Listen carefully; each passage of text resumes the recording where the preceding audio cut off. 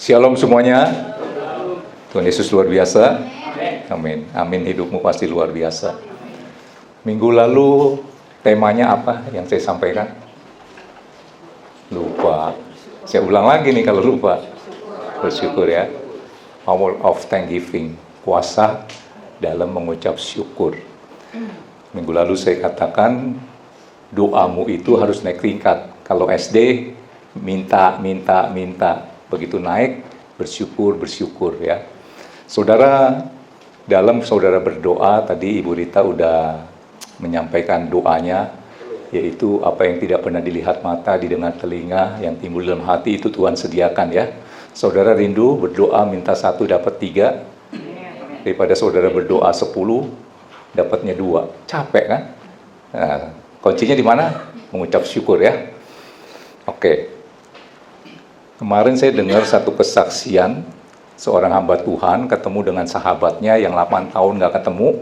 Begitu ketemu, hamba Tuhan itu kaget. Kenapa kagetnya? Karena temannya itu mengalami kayaknya tubuhnya jadi kurus kering gitu ya, turun 8 kilo. Bro, kenapa tubuh kamu kok jadi kurus begitu? Kamu sakit? Iya, saya sakit. Saudara tahu sakitnya apa? Dikatakan sakit psikosomatik. Jadi satu penyakit yang disebabkan bukan pola makan atau hal-hal yang dari luar gitu ya. Ternyata dia sakit itu karena pikiran, kecemasan yang berkelebihan. Nah, itu yang disebut penyakit apa? Psikosomatik. Selalu berpikir negatif, cemas yang berkelebihan, jadi susah mengucap syukur. Susah bahagia, susah gembira, susah tidur, cemas. Ya, saya nggak tahu saudara pernah mengalami itu nggak?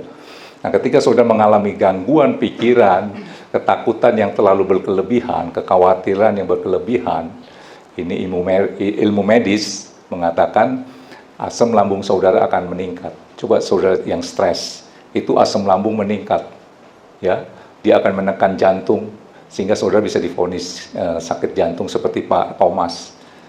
Ternyata bukan jantung, adalah asam lambung naik tinggi menekan jantung, mungkin menekan paru-paru, saudara napasnya sesak. Saudara pernah mengalami satu hal, begitu saudara ketakutan, napas aja susah. Pernah nggak sih ngalamin seperti itu? Saya pernah, waktu mau bayar utang, kayaknya udah nggak sanggup gitu, napas aja susah. Betul nggak sih? Pernah nggak ngalamin seperti itu?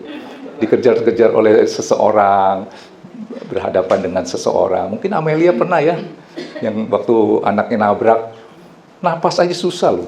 Betul nggak? Nah, itu dia penyakit yang disebabkan apa? Bukan pola makan, salah makan gitu ya, tetapi karena kejiwaan, pikirannya.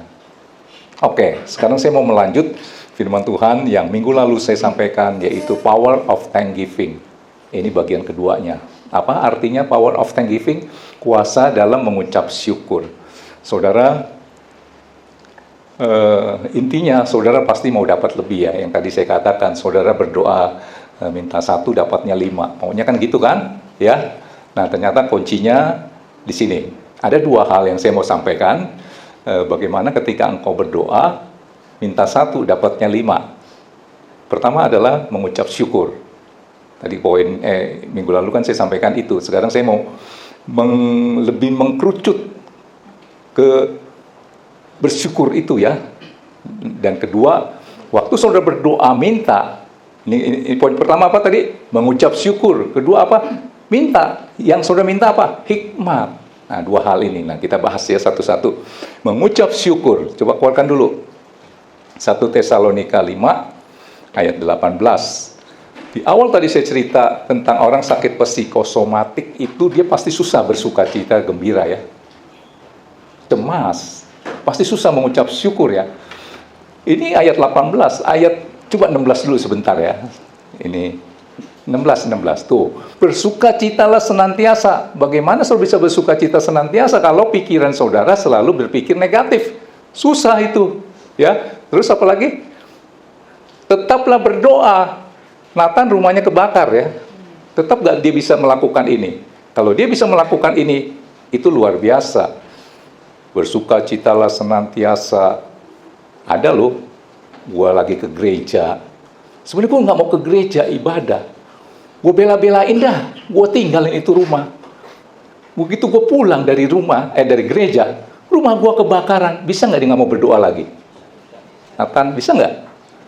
Gue udah bela-belain pelayanan, tinggalin rumah, balik-balik rumahnya kebakaran.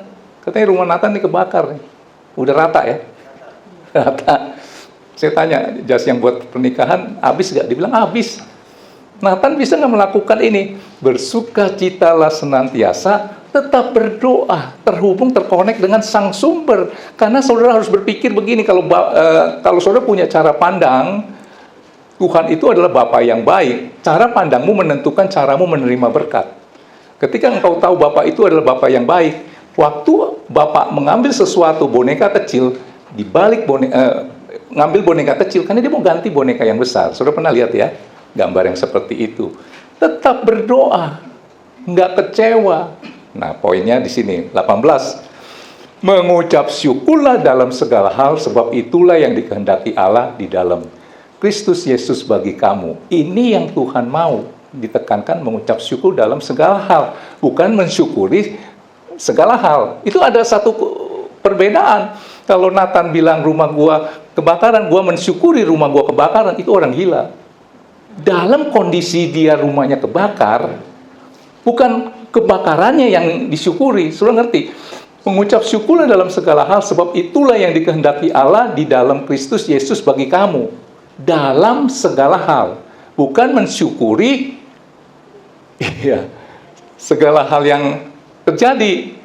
Kecelakaan, mensyukuri kecelakaannya. Dalam kecelakaan itu saya tetap bisa bersyukur. Nah, ketika engkau mengucap syukur, pikiran positifmu itu muncul. Ya, kemarin lagi cita-cita apa ya? Bersyukur, selalu ada kata-kata untung. Oh, Lucy yang bilang ya, ketabrakan, untung kaki gua yang kena. Masih aja untung. Untung cuma kena tangan sama kaki, untung cuma kena tangan. Selalu ada kata-kata untung ya. So nangkep ini ya.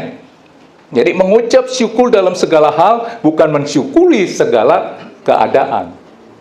Terjadi ini, terjadi itu ya. Jadi apa yang diucapkan di bibir waktu berdoa, ucapan syukur itu yang muncul. Artinya saudara itu selalu bergembira karena Tuhan. Munculkan dulu sebentar. Mazmur 37 kan ayat 4. Saudara lihat nih ya. Ini yang saya katakan, minta 1 dapat 5. Ini saya mengulang dulu episode yang lama supaya saudara bisa menangkap kelanjutannya. Dan bergembiralah karena Tuhan, maka Ia akan memberikan kepadamu apa yang diinginkan hatimu. Jadi saya simpulkan, saudara berdoa minta 1 dapat 5, ada 2 poin. Pertama adalah dalam doamu itu selalu mengucap syukur. Kedua, saudara mintalah hikmat. Kita bahas satu-satu ya.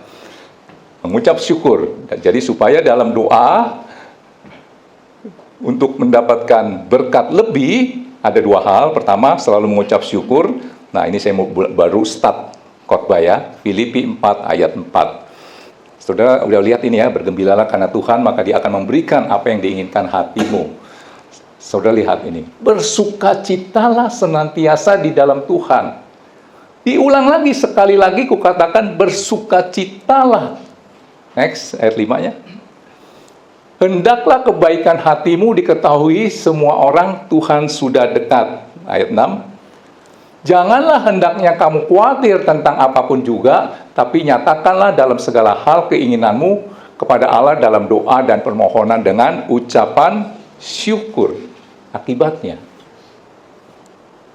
damai sejahtera Allah yang melampaui akal, nggak masuk di akal, kehilangan uang 1 juta, rumah kebakaran, kok ada damai sejahtera? Ya, damai sejahtera Allah yang melampaui akal akan memelihara hati dan pikiranmu dalam Kristus Yesus. Makanya saudara nggak kena sakit psikosomatik, sakit oleh karena pikirannya. Nathan nggak boleh mikirin tuh tentang rumahnya yang bagaimana. Maksudnya kejadian itu mengakibatkan apa? Percayalah, di balik sesuatu asal berserah penuh kepada Tuhan, selalu ada yang baik ya. Mengucap syukur itu bukan karena segala sesuatunya baik, tetapi dapat melihat yang baik daripada segala sesuatu. Nah, saya mau ajarkan saudara supaya ketika engkau berdoa, otomatis keluarlah ucapan syukur adalah begini. Selipkan kata-kata telah di dalam doa. Ini menunjukkan kita punya iman. Ya. Contoh nih, saya berdoa. Bapa, aku mengucap syukur. Coba dikeluarkan dulu deh. Yohanes 11 ayat 41. Selalu ada kata-kata telah. Saya kerinduannya adalah selalu pengen rendah hati, takut akan Tuhan, hati yang mengasihi Tuhan. Saya akan berdoa, aku mengucap syukur engkau telah memberkati saya roh takut akan Tuhan. Kata telah, syukur itu otomatis. Nah, kita coba baca ini dulu ya. Yohanes 11 ayat 41. Apa yang mati di dalam kehidupanmu? Hidup rumah tanggamu, bisnismu, karirmu, pekerjaanmu, dan lain-lain mungkin mati. Situasi menyebabkan usahamu mati. Saudara tahu, Tuhan Yesus berdoa, mengeluarkan kata-kata ini, itu lagi membangkitkan Lazarus yang sudah 4 hari meninggal. Suruh baca ini ya. Maka mereka mengangkat batu itu, di mana ada Lazarus, lalu Yesus menghadap ke atas dan berkata, Bapa, aku mengucap syukur karena engkau telah. Ada kekuatan yang dahsyat luar biasa, kata-kata telah mendengarkan aku. Ini saya ucapkan dalam doa. Aku mengucap syukur engkau telah memberkati saya hati yang lebih mengasihimu, supaya aku mendapat berkat-berkat apa yang tidak pernah dilihat mata, didengar telinga, yang timbul dalam hati, itu Tuhan sediakan bagi orang yang mengasihi engkau. Ini contoh. Jadi dalam doamu, saudara harus mengucapkan kata-kata telah. Kepengen apa? Saudara ngontrak melulu, pengen punya rumah, ya. Aku mengucap syukur Tuhan sudah memberkati sebuah rumah. Kata-kata telah, padahal tetap masih ngontrak. Ada firman-Nya. Coba keluarkan Markus 11 ayat 24. Saya lihat anak-anak saya agak cekcok, ada konflik. Saya berdoa, aku mengucap syukur kalau anak-anak saya sudah diberkati kerukunan, saling mengasihi. Tetap aja diem-dieman. Tapi saya mengucapkan. Ini namanya apa? Coba ya saudara baca ya. Karena itu aku berkata kepadamu, apa saja yang kamu minta dan doakan, percayalah bahwa kamu telah menerimanya, maka hal itu akan diberikan kepadamu. Kesaksian dulu sedikit. Kemarin saya nonton di TikTok. Saudara tahu dong yang namanya Law of Attraction.